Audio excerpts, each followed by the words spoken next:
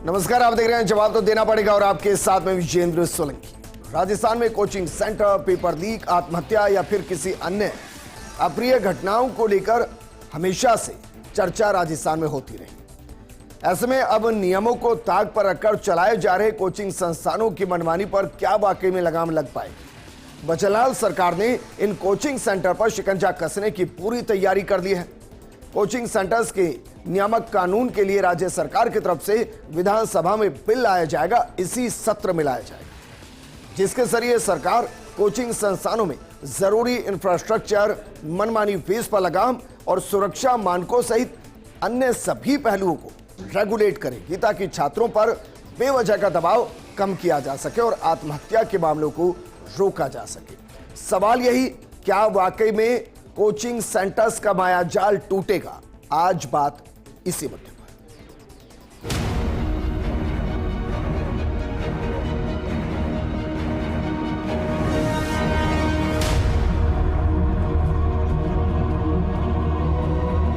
Draft bill publish हो गया है जुलाई 2024 में। 6 अगस्त को सुझाव मांगे गए स्टेक होल्डर से, कोचिंग सेंटर से। अब ये बिल जो है ये बिल्कुल तैयारी पे है to be presented in the house. क्या वाकई में इस कानून के जरिए, इस बिल के जरिए जो मायाजाल कोचिंग सेंटर्स का है वो टूटेगा? ये सवाल इसलिए क्योंकि इसी साल अब तक 7 बच्चे सुसाइड कर चुके हैं और हम सिर्फ दूसरे महीने के आधे में पहुंचे हैं। आप सोचिए सर, हर सप्ताह लगभग एक बच्चा सुसाइड कर रहा है। क्या इसको रोका जा सकता है? इस मुद्दे पर बात करने के लिए हमारे साथ मौजूद है डॉक्टर अश्विनी शर्मा जी, पूर्व कुलपति हैं। हमारे साथ ऑल कोचिंग इंस्टीट्यूट महासंघ के महासचिव अजय अग्रवाल जी हैं और हमारे साथ संयुक्त अभिभावक संघ से प्रवक्ता के तौर पर अभिषेक जैन जी हैं। साथ में स्टूडियो में हमारे साथ दीपक सक्सेना जी हैं, जो कि काउंसलर हैं। शुरुआत करना चाहेंगे अजय अग्रवाल जी आपके साथ। जरा बताइए सर, क्यों ऐसी प्रॉब्लम आती है कि इंस्टीट्यूट के अंदर जो नियम कायदे कानून बने हैं उनको फॉलो नहीं किया जाता, और जयपुर के अंदर ऐसी क्या समस्या है कि कोचिंग हब के अंदर हम नहीं जा रहे और हम बेवजह इधर उधर इंस्टीट्यूट खोलते हैं? देखिए, सबसे पहले जो आपने कहा कि भाई कोचिंग हब हमारे कोचिंग इंस्टीट्यूट महासंघ की तरफ से ही एक प्रपोजल सरकार को दिया गया था कि कोचिंग हब बनाना चाहिए, और गत सरकार ने बनाया भी। लेकिन उसके अंदर उन्होंने, जो सरकार ने सबसे पहले उसमें रियायती दर पर जो इसको करने की बात की गई थी, वो दर इन्होंने इतनी ऊंची रख ली जिससे कि कोचिंग में हब के अंदर यहाँ के जितने भी कोचिंग संचालक है वो जा नहीं पा रहे हैं। कुछ लोगों ने पैसे जमा भी कराए थे, लेकिन उसके बावजूद उन लोगों ने भी धीरे धीरे अपने रिफंड ले लिए। ये एक बहुत बड़ी समस्या है, जबकि सरकार ने ये कहा था कि हम इसको लागत के ऊपर देंगे, लेकिन सरकार ने कहीं ना कहीं इसके अंदर भी अपना नफ़ा सोचा और उसकी रेट इतनी ज़्यादा रख ली कि कोचिंग संचालक वहाँ जा नहीं पा रहे हैं। यही एक कारण है कि जिसकी वजह से कोचिंग संचालकों को दूसरी जगहों पर अपने कोचिंग संचालन करने पड़ रहे हैं। और रहा सवाल ये कि भाई कोचिंग संचालक फीस, जैसे एक मुद्दा आपने भी कहा कि मनमानी फ़ीस पर लगाम लगे, ये सब चीज़ें सरकार को बैठ करके ये कोचिंग संचालकों को प्लस जितने भी कोचिंग के पदाधिकारी हैं जो कि जिन्होंने संगठन में प्रभावशाली रूप से कार्य कर रहे हैं, उन लोगों को बिठा करके एक परिचर्चा करनी चाहिए थी और एक रीजनेबल प्राइसिंग फ़ीस की करनी चाहिए, जिससे कि बच्चों को भी वो फीस ज़्यादा नहीं लगे और संचालक भी उसको वहन कर सके। अभी किसी भी इंस्टीट्यूट के फीस का फॉर्मूला क्या है? कोई फॉर्मूला तय नहीं है। सब जितनी सुविधा देना चाहते हैं उसके अकॉर्डिंग अपनी सर्वाइवल चेक करते हैं और उसके अकॉर्डिंग वो अपना फीस क्रिएट करते हैं। चलिए ये बता दीजिए, एक स्टूडेंट पर कितने % मुनाफा लेकर चलते हैं? सर देखिए, मुनाफे का कोई क्राइटेरिया नहीं। काफ़ी लोग तो घाटे में भी चल रहे हैं, सिर्फ इसलिए चल रहे हैं कि उनको चलाना भी मजबूरी है, वो बीच में बंद नहीं कर सकते। बच्चों से आपने फ़ीस ले ली, आपको उनको पूरा सेशन पढ़ाना भी पड़ेगा और आपको उसको जो चीज़ें कमिट करी है वो ऑनर भी करना पड़ेगा। ठीक है, अभिषेक जैन जी ज़रा बताइए भाई, क्या वाकई में इस कानून की ज़रूरत है कि कानून से ही सुसाइड रुकेंगी, कानून से ही मनमानी फीस पर लगाम लगेगी, कानून से ही इंफ्रास्ट्रक्चर मजबूत होगा? सर, जिस तरह का माहौल वर्तमान में राजस्थान में ही नहीं पूरे अपितु पूरे भारतवर्ष में चल रहा है, उसे देखकर तो यही लगता है कि जैसे इसके ऊपर कानून बनाने की सख्त आवश्यकता है। ये नहीं है कि इसके ऊपर कानून नहीं बना हुआ, कानून तो 1 साल पहले सेंट्रल गवर्नमेंट ने बना के दिया था, लेकिन आज तक उसकी अनुपालना सुनिश्चित नहीं हुई। काफ़ी चीज़ों के ऊपर प्रावधान दिए थे सेंट्रल गवर्नमेंट ने, लेकिन आज तक राजस्थान सरकार उस चीज़ की पालना नहीं करवा पाई। पिछले तीन महीने से राजस्थान के अंदर भी कोचिंग सेंटरों को लेकर एक्ट बनाने की चर्चा चल रही है, और हमसे भी सुझाव, हमारे भी नाम मांगे गए थे कमेटी के अंदर लेने के लिए, लेकिन उसको सिर्फ एक बार कॉल आया था, उसके बाद दूसरे आज तक 3 महीने में कोई कॉल नहीं आया, कोई चर्चा नहीं की गई। तो मैं यही कहना चाहता हूं कि राजस्थान सरकार जिस प्रकार से टामालटोल कर रही है, उसको टामालटोल स्थिति ना करके उसको अनिवार्यता के साथ कानून बनाए और सख्ती के साथ कानून बनाए। ये नहीं है कि केवल कोचिंग संचालकों के ऊपर ही दबाव बनाए, अभिभावकों के ऊपर भी दबाव बनाना चाहिए, विद्यार्थियों को भी समझाना चाहिए, और जो शिक्षक है उनको भी समझाना चाहिए, क्योंकि ये सारी चीजें क्या है, बच्चों के भविष्य के ऊपर निर्भर करती है, उनसे जुड़ा हुआ सबसे प्रमुख मार्ग है। अभी जाते मैं ये जानना चाह रहा हूँ, जैसे भाई बाकायदा चोरी को लेकर कानून है, सजा का प्रावधान है, मर्डर को लेकर कानून है, सजा का प्रावधान है, लेकिन सब होता है ना, और उसके बाद क्वेश्चन होता है लॉ एंड ऑर्डर पर। लॉ एंड ऑर्डर जितना मजबूत होता है उतना क्राइम कम होता है, ऐसे कहते हैं, और लॉ एंड ऑर्डर जितना कमजोर होता है उतना क्राइम ज्यादा होता है। मैं कह रहा हूं वर्तमान में तो बहुत से नियम हैं। मैं ये चीज कह रहा हूँ, लॉ ऑर्डर की स्थिति तो आपको भी पता है कि राजस्थान के अंदर किस तरह की चल रही है। यहाँ पे हमारे स्कूलों के अंदर के बच्चियां तक सुरक्षित नहीं है, तो हम कोचिंग सेंटरों की तो बात करना ही बेनामी होगी, क्योंकि वहाँ के बच्चे तो फिर भी थोड़े और नौजवान की स्थिति में आ जाते हैं। लेकिन जहाँ छोटे छोटे बालक जो तीसरी चौथी पांचवी छठी कक्षा में पढ़ रहे बच्चे, 8वीं 10वीं कक्षा में पढ़ रहे बच्चे, छात्र छात्राएं, अभी आपने देखा होगा ब्यावर के अंदर कितना संगीन मामला सामने आया है, अभी झालावाड़ के अंदर इतना संगीन मामला आया है। भाई मैं ये कह रहा हूँ कि कानून की जरूरत है, या जो नियम अभी है उनको और मजबूती से लागू करने की जरूरत है। सर मजबूती से लागू करने की जरूरत है, और सिस्टम को फॉलो करने की जरूरत है। सीधी सी बात यह है कि आज की तारीख में मैं केवल वर्तमान सरकार की बात नहीं करूंगा, मैं पूर्ववर्ती सरकार की भी बात करूंगा। पूर्ववर्ती सरकार के समय में भी हम लोगों ने देखा था कि किस तरह के असुरक्षा का माहौल पूरे प्रदेश में बना हुआ था, और वर्तमान में भी वही माहौल चलता आ रहा है। अश्विनी शर्मा जी, सर ये थोड़ा अलग तरीके का सवाल है, क्योंकि मैं समझना चाहता हूं कि भाई कोचिंग इंस्टीट्यूट की जरूरत ही क्यों पड़ती है। उदाहरण के तौर पर, 1 मिनट सर, आ रहा हूं, वापस आ रहा हूं मैं, एक बार सबको आ जाने दीजिए। 16 तारीख को एलन कोचिंग वाला मामला है, जयपुर की राजधानी जयपुर के अंदर का मामला है, जिसमें एलन कोचिंग के अंदर बच्चों ने एलन कोचिंग के बाहर प्रदर्शन करना पड़ा, उनको मजबूरन प्रदर्शन करना पड़ा, क्योंकि उन्होंने पूरे साल भर की फीस जमा करवा दी थी। जमा करवाने के बावजूद भी उनको मात्र 7% शिक्षा उपलब्ध करवाई गई, 40% शिक्षा अब तक उपलब्ध नहीं करवाई गई, जबकि 45 दिन एग्जाम को बचे हुए हैं।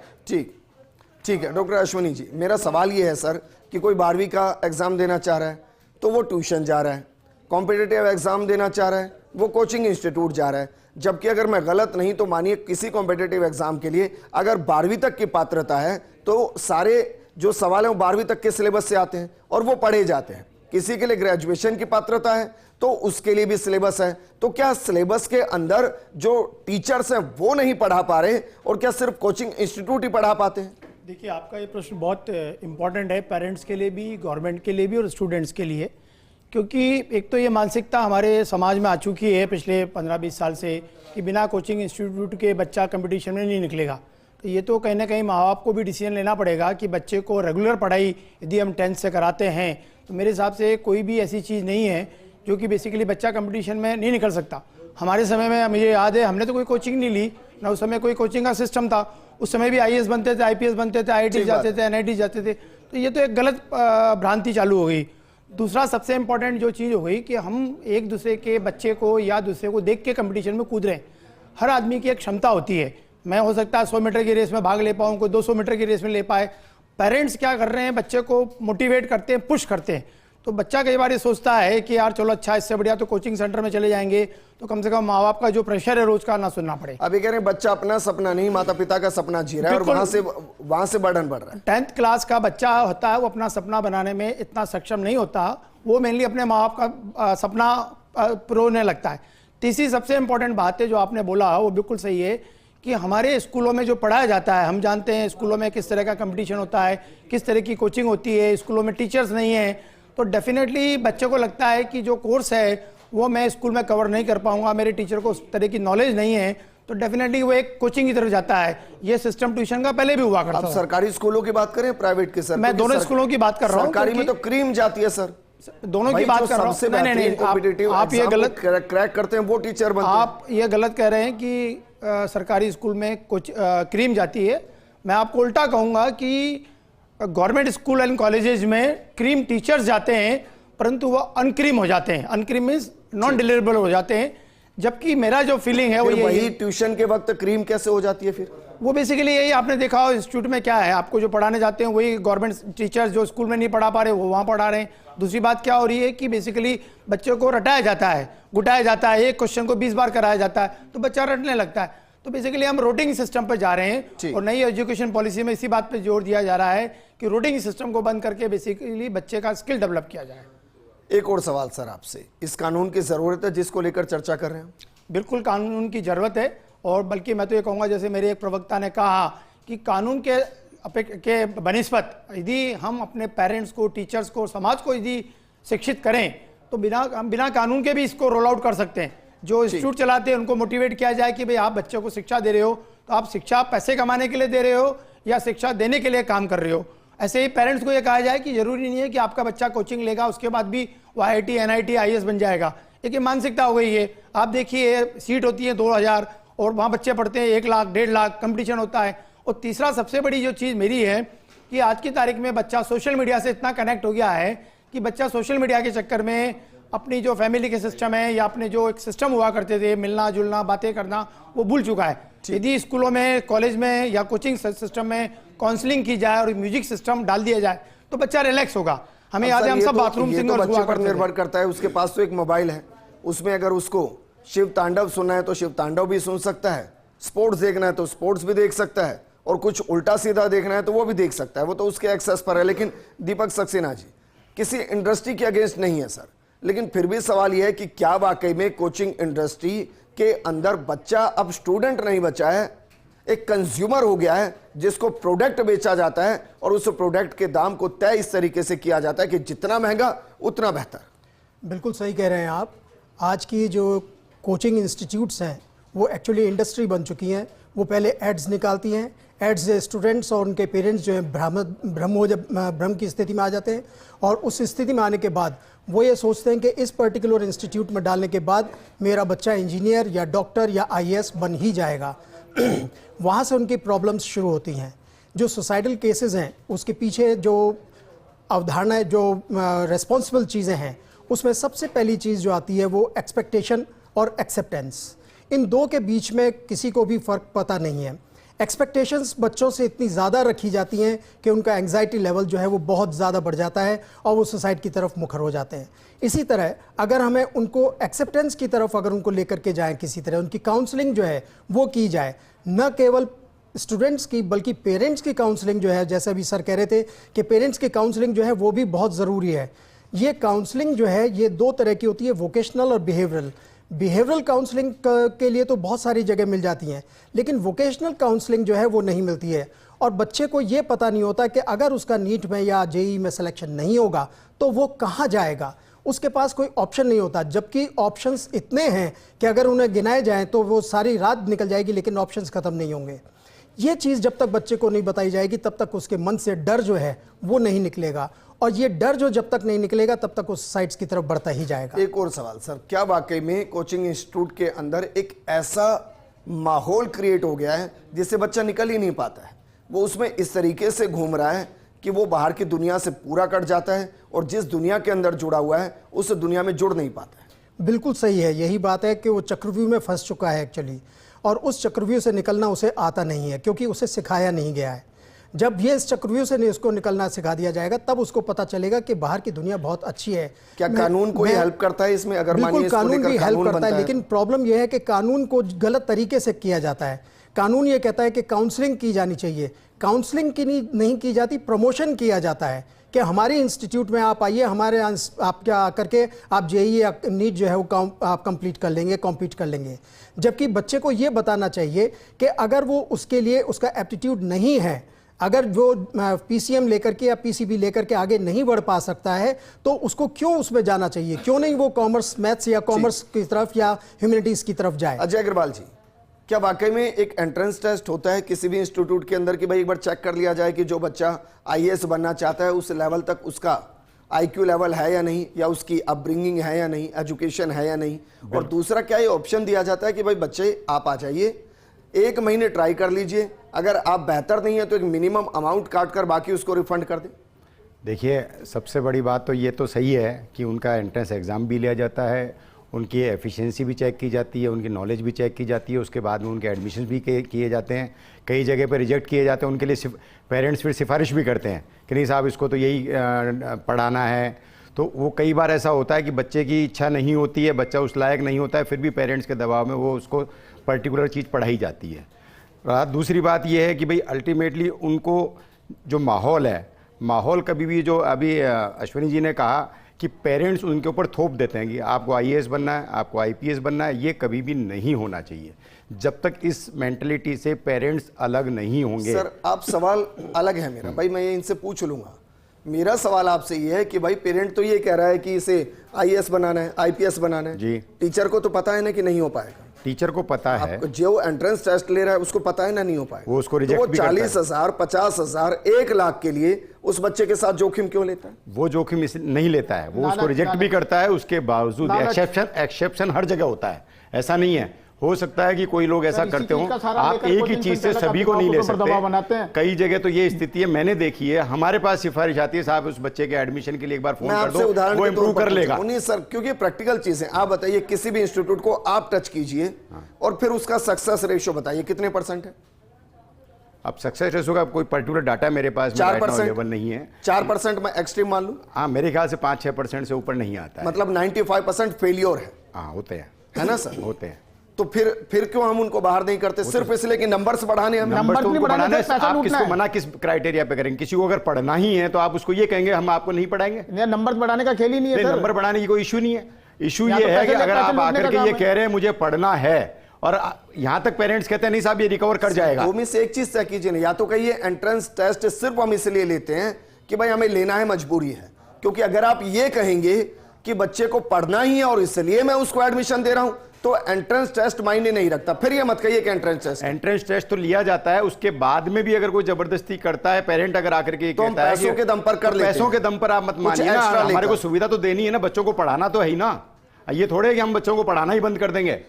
अगर कोचिंग इंस्टीट्यूट में कोई बच्चा आया है, उसको पढ़ना चाहता है, उसके पेरेंट्स पढ़ाना चाहते हैं, वो ये कहते हैं कि ये इंप्रूव कर जाएगा, आज आपके यहाँ रिटन टेस्ट में ये फेल हो रहा है, आपके नंबर्स इसको नहीं आ रहे हैं, बट हम इसकी एक्स्ट्रा मेहनत करेंगे, इसको हम जरूर लायक कर देंगे और आपको आपके पास लाए इसीलिए कि आप इसको पढ़ाइए। एंट्रेंस एग्जाम में इसी चक्कर में तो फेल कर दिया जाता है। एंट्रेंस टेस्ट है नहीं। फिर वो बेसिकली देखिए, वो अल्टीमेटली एक सीडी है। अश्विनी शर्मा जी, देखिए मैं ये कहना चाहूँगा, जो अपन जो डिस्कशन कर रहे हैं बेसिकली प्रोडक्टिव है, बट मेजर 2 चीज़ हैं जो मेरे को लगता है कि वो इम्प्लीमेंट की जाए। एक तो बेसिकली हमें एज ऑफ कोचिंग फिक्स की जाए। अभी क्या होता है, पेरेंट्स को बच्चे को 5वीं क्लास में भेज देते हैं, वो बच्चा बेचारा समझता ही नहीं है, उसको आपने घर में रखा था इसी के अंदर, वहाँ पे आपने पीजी हॉस्टल में डाल दिया, वहाँ खाना नहीं मिल रहा, वहाँ कोई मदर जैसा प्यार, बहन जैसा कोई अफेक्शन नहीं है। तो एक तो ये प्लान किया जाए कि साहब 16 साल से नीचे के बच्चे को या 17 साल के बच्चे को पीजी में और या कोचिंग के लिए नहीं भेजा जाएगा। उन पर कार्रवाई होनी चाहिए सर, क्योंकि मैंने ऐसे उदाहरण देखे हैं कि बच्चे का 12वीं में एडमिशन है, वो प्राइवेट फला स्कूल से पढ़ रहा है और दूसरी तरफ वो कॉम्पिटिटिव एग्जाम की तैयारी कर रहा है, डमी स्कूल चल रहा है, डमी स्कूल के साथ काम कर रहा है। दूसरा मेरा ये था कि बेसिकली हमें जो आई थिंक गवर्नमेंट ने कल डिस्कशन में लिया भी है, बहुत अच्छा इनिशिएटिव है, यदि सही तरीके से इंप्लीमेंट होता है, कि हमें हर सिटी में स्पेशली कोटा, सीकर, अजमेर, वहाँ पे हमें काउंसलिंग सेंटर्स खोलने चाहिए free of cost, music campuses बनाने चाहिए जहाँ बच्चा रिलैक्स हो गया। और तीसरा सबसे इंपॉर्टेंट है कि कोचिंग आवर्स फिक्स कर देनी चाहिए कि भाई 6 बजे बाद कोई कोचिंग नहीं होगी। अभी आप देखिए एलएन देखिए, कोटा में कोई भी देखिए, जो कानून बन रहा है, हम क्योंकि उसको लेकर मंथन कर रहे हैं कि भाई क्या हो सकता है। तो पहली बात आपकी ये कि भाई 6 बजे के बाद कोई कोचिंग इंस्टीट्यूट संचालित नहीं होगा, ये कानून होना चाहिए। दूसरा ये कि तब तक किसी भी इंस्टीट्यूट के अंदर उसको एडमिशन नहीं मिलेगा जब तक वो अपनी 12th की मार्कशीट को वहां सबमिट ना करे। 12th की मार्कशीट नहीं करता या 17 साल का नहीं होता है, मतलब 12th की मार्कशीट सबमिट कर दे, उसके बाद ही कॉम्पिटिटिव एग्जाम। और तीसरा ये कि काउंसलिंग सेंटर्स बहुत इंपॉर्टेंट हो गए हैं, क्योंकि मैं कोटा कई बार विजिट कर चुका हूँ, सिम्बोसिस में एज ए वाइस चांसलर भी मैंने देखा, वहाँ बच्चे आते थे। तो बेसिकली काउंसलिंग बहुत जरूरी हो गई आज की तारीख में बच्चों की। ठीक है, फीस की कैपिंग होनी चाहिए, फीस की कैपिंग होनी चाहिए, मैक्सिमम ये बस। फीस की कैपिंग इसके लिए होनी चाहिए कि देखिए हम ये तो नहीं कह सकते कि हर इंस्टीट्यूट एक सी फीस लेगा, क्योंकि हर इंस्टीट्यूट की क्वालिटी सर, में कैटेगराइज अंतर तो है। कर सकते हैं ना भाई, ABC कर सकते मैं हैं। कहना चाहूंगा कि सिर्फ खर्चे के अनुसार एक्ट बनना चाहिए। जिस प्रकार से 2016-17 के अंदर स्कूलों के अंदर फीस एक्ट कानून बनाया हुआ है, उसी तर्ज पर कोचिंग के लिए भी फीस निर्धारित करने के लिए एक एक्ट बनना चाहिए, जिसमें बकायदा कोचिंग संचालक ये बताए कि उसका खर्चा कितना हो रहा है। एक मेरा इसमें उसके छोटा आधार सा पर छोटा सा एक point- अश्विनी सर, मेरा एक बेसिक क्वेश्चन है भाई, मैं पूरे आंकड़े देख रहा था, कोई साल ऐसा नहीं गया जहां 10-12 बच्चों ने सुसाइड नहीं की। अफसोस 10-12 तो सर ये मीडिया में आता है 2025 के खाली। अंदर तो पहले ही 1.5 महीने में 7 बच्चे सुसाइड कर चुके मेरा हैं। इसमें- इंटरेस्टिंग ये है कि सर उनकी सुसाइड के अंदर जो बताया जाता है ना, वो बायोलॉजिकल बताया जाता है, यस, मेंटली नहीं बताया जाता है कि मेरा बच्चे के उसमें साथ क्या आपसे- हुआ। मेरा आपसे तो क्या उसमें- एक कमेटी जांच इस की पूरी पूरे नहीं होती, कानून जरूर के में- अंदर उसका प्रावधान होना चाहिए कि कमेटी बनेगी जो बच्चे के उस पूरे स्ट्रक्चर को समझने की कोशिश करेगी कि जिसकी वजह से सुसाइड हुई, मेरा और उसमें जिम्मेदार उसमें किसको ठहराया जाए। मेरा जो पॉलिसी मेकर्स हैं उनसे ये निवेदन होगा और सजेशन होगा कि हमें क्या करना पड़ेगा कि जो पीजी कोटा में, सीकर में या अजमेर में जो चलते हैं, उनमें भी पीजी 5 पीजी का ग्रुप बना दिया, 5 पीजी ऑनर्स का, उसके ऊपर एक काउंसलर मैंडेट किया जाए कि वो बेसिकली बच्चे जब आएंगे पीजी हॉस्टल में, खाना खाएंगे, उनसे बात करेंगे, सिस्टम को समझेंगे। और एक सोशल मीडिया पे कहीं ना कहीं हमें जो नेगेटिव न्यूज़ आती है ये कंट्रोल करना बहुत जरूरी है, क्योंकि बच्चा क्या होता है, छोटी उम्र का होता है, ग्रूमिंग स्टेज होती है, थॉट प्रोसेस उसका होता नहीं है, जो सोशल मीडिया पे देखता है वो डाइवर्ट हो जाता है। और ये जो सुसाइड केसेस के तरीके होते हैं, ये तो गवर्नमेंट को सोशल मीडिया में बैन कर देनी चाहिए। They should not be displayed and open to anyone. Abhishek, क्या रैंडम चेक होता है किसी भी अधिकारी की तरफ से कि चलिए 1 महीना हो गया भाई, इस इंस्टीट्यूट को देखा नहीं है कि अंदर कैसे बच्चों को भेड़ बकरियों की तरह पढ़ाया जा रहा है, तो एक बार चेक कर लें, एक बार मैस भी घूम के आ जाएं, एक बार पीजी भी होकर आ जाएं कि भाई देख लेते हैं क्या हो रहा है। बाकायदा जब मेरे पास इस चीज को लेकर कॉल आया था कि कोचिंग रेगुलेट एक्ट बनाया जा रहा है, उसमें अभिभावक संघ की तरफ से एक प्रतिनिधि को लिया जाएगा, तो उस समय मैंने भी कुछ सुझाव लिख करके भेजे थे। तो उस सुझाव के अंदर मैंने ये कहा था कि भाई जो कमेटी बना रहे हो तो उसको कोचिंग लेवल पर भी एक कमेटी निर्धारित की जाए, जिसके अंदर शिक्षक, अभिभावक, स्टूडेंट और कोचिंग संचालक, इसके अलावा पीजी और इन सबकी एक समीक्षा बैठक हर महीने रेगुलेट की जाए, और वो भी पुलिस प्रशासन के निर्देशन में की जाए, जिससे कम से कम इतना कैलकुलेशन तो निकल के आ सके कि भाई क्या प्रॉब्लम्स है, क्या प्रॉब्लम्स नहीं है, किसकी तरफ से प्रॉब्लम आ रही है, किसकी तरफ से नहीं आ रही है। उन चीज़ों का एक कुल मतलब निकल के कुछ सामने तो पेश आए, लेकिन आज तक उस चीज़ के ऊपर कोई अनुपालना नहीं हो रही है। तो मैं तो सिर्फ आपके चैनल के माध्यम से जो भी इस कोचिंग को लेकर जो एक्ट बनाने की प्रक्रिया जो बनाने जा रहे हैं, तो उसमें एक ही सुझाव देना चाहूंगा, आप कितने ही अभिभावकों के ऊपर आरोप लगा लो, लेकिन जिस अभिभावक का बच्चा मर रहा है ना, जो आत्महत्या कर रहा है, एक बार उसकी पीड़ा भी सुन लो जाके, क्योंकि जब तक आप उसकी पीड़ा नहीं सुनोगे, जब तक उसको समझोगे नहीं, तब तक आप भले ही कितने ही आरोप लगा लो किसी भी अभिभावक के ऊपर, वो जायज नहीं ठहराया जाएगा। लेकिन इसके ऊपर सबसे बड़ा संदेह आता है पुलिस प्रशासन के ऊपर, जो जांच करती है, जांच करने के बाद नींबू मिर्ची छिड़क के तो बात खड़ी हो जाती है। पुलिस क्या करेगी सर, उनके पास सर, रिपोर्ट आती है भाई। अभी मैं एक एग्जांपल बताता हूं। अब कोई लिख के जा रहा है कि मैं थक गया, जयपुर के अंदर एक मामला है, मैं सुसाइड कर रहा हूं, अब क्या जांच होगी इसमें? सर, जयपुर के अंदर एक मामला आया था अभी राजधानी के अंदर, उत्कर्ष कोचिंग सेंटर के अंदर, वहां पे गंदी आवाज लीक हुई थी, उसके अंदर क्या क्या रिजल्ट निकल के आया प्रशासन का? उन्होंने कहा कि हल्दी धनिया की खुशबू आ गई, इसलिए बच्चे बेहोश हो गए। उससे कोई बेहोश होता है कि हल्दी धनिया की खुशबू से? ठीक, देखिए सर, जहाँ तक ये एग्जाम्स का जो उन्होंने बताया कि एग्जामिनेशन लेकर के ही उसके बाद एडमिशन दिया जाता है, तो that is not the proper examination. Proper examination aptitude test होता है, चाहे वो डिफरेंशियल एप्टीट्यूड टेस्ट हो या DNDV टेस्ट हो या और कोई इन्वेंटरी टेस्ट हो, उसके बेसिस पर यह जज किया जाना चाहिए कि whether the candidate has got that aptitude और नॉट, और अगर उस एप्टीट्यूड का बच्चा वो है तो ही उस बच्चे को एडमिशन देना चाहिए, सरकार को अन्यथा नहीं देना कानून चाहिए। में प्रावधान करना चाहिए कि भाई आपके यहाँ जितने भी बच्चों के एडमिशन है, उनका एंट्रेंस और एप्टीट्यूड टेस्ट की रिपोर्ट आप हमें सबमिट करेंगे। ये हर सरकार जो है वो निर्णय लेती है, लेकिन वो एक तो इम्प्लीमेंट नहीं हो पाता पूरी तरह, और अगर इम्प्लीमेंट होता भी है तो वो उन्हीं टेस्ट पर जाकर के दिख जाता है। दीपक जी, आपने एक इंटरेस्टिंग फैक्ट कहा था सर, 1 मिनट बस। दीपक जी, आपने एक अच्छा इंटरेस्टिंग फैक्ट कहा था, क्या ये संभावना है कि इस कानून में ये भी मेंशन किया जाए कि भाई जो भी कॉम्पिटिटिव एग्जाम की तैयारी करा रहे हैं, अब मैं उस पर नहीं जा रहा कि कौन IAS की करा रहा है, कोई IPS की करा रहा है, JEE की करा रहा है, वटएवर जो भी करा रहे हो, लेकिन उसके साथ बाकायदा एक बड़ी वॉल के अंदर ये भी लिखा जाए वहां पर कि विकल्प 1000 हैं, सुसाइड नहीं, और पूरा एक स्ट्रक्चर क्रिएट किया जाए कि अगर ये नहीं तो ये हमारे पास विकल्प है, बच्चे को पता तो हो कम से कम। सही है, मेरा इसमें एक सजेशन और था, इसमें जब तक ये इनके पास ऑप्शन्स नहीं होंगे तब तक ये सुसाइड ये होना चाहिए। क्या हम इस तरह सोच सकते हैं कि कोचिंग एंट्रेंस टेस्ट भी बना दिया जाए, जिससे कम से कम बच्चे को एक ही मेरिट बने, फिर उसको डिसीजन हो जाए, मेरिट पे ऊपर है तो वहां जाएगा, यहाँ है, अदरवाइज क्या हो रहा है, बच्चा आप ये कह रहे हैं सारे प्राइवेट इंस्टीट्यूट को किसी एक ऑर्गेनाइजेशन के अधीन करके कॉमन एंट्रेंस टेस्ट Yes. कराया जाए और भाई, उसके आप हिसाब जब- से ग्रेडिंग करके उनको वो इंस्टीट्यूट सौंप दिया बच्चे जाए। को चॉइस दे दी जाए, उसको एलन जाना है, उसको प्रतीक जाना है। चाहूंगा कि गवर्नमेंट को इस चीज के ऊपर एंट्री मारनी चाहिए। ये इंटरेस्टिंग है, लेकिन मुझे लगता नहीं है। एग्जाम का जो मुझे प्रश्न प्रोग्राम पत्र क्लोज करना है, लेकिन एंट्रेंस एग्जाम अजय अग्रवाल जी क्या इस पर सहमत हो सकते हैं? मेरे ख्याल से ये थ्योरेटिकली तो बहुत अच्छा लग रहा है, लेकिन प्रैक्टिकली होना मुश्किल लग रहा है। सब मुझे ऐसा बताया क्यों? कि IIT में- प्रैक्टिकल तो हर चीज ऐसा मुश्किल है क्यों सर। सर? नहीं, IIT में एक एंट्रेंस भाई हो बड़े सकता बड़े है। ऑर्गेनाइजेशन कर रहे हैं ना इस चीज बड़ा को। फैल चुका है जिस ये। चीज से हम बच्चे को हटाना चाहते हैं, एग्जामिनेशन सिस्टम से हम बच्चे को हटाना चाहते हैं, हम वापस उस बच्चे को उसी तरफ और धकेलते चले जा रहे हैं कि मतलब पहले एक आप एक टेस्ट के लिए एग्जामिनेशन एक और पहले टेस्ट। ये दो और फिर उसके बाद आप IIT या JEE का एग्जाम दो। चलिए शुक्रिया हमारे साथ जुड़ने के लिए दीपक जी, बहुत शुक्रिया आपका। अश्वनी सर आपका भी शुक्रिया, अजय अग्रवाल जी और अभिषेक जी आपका भी शुक्रिया। हमने बस ये कोशिश की कि एक बार सबके मन को झांक लेते हैं कि अगर कोई कानून बन रहा है तो उसमें बेहतरी के लिए क्या हो सकता है। हम मानकर चल रहे हैं कि जो कानून बना रहे हैं वो बेहतर ही बनाएंगे, क्योंकि उनके पास बहुत ज्यादा अनुभव और बहुत ज्यादा रिपोर्ट होंगी। लेकिन फिर भी एक बच्चे की जिंदगी, उस बच्चे का भविष्य बहुत निर्भर करता है और उसके इर्द गिर्द ही ये कानून होना चाहिए। नमस्कार।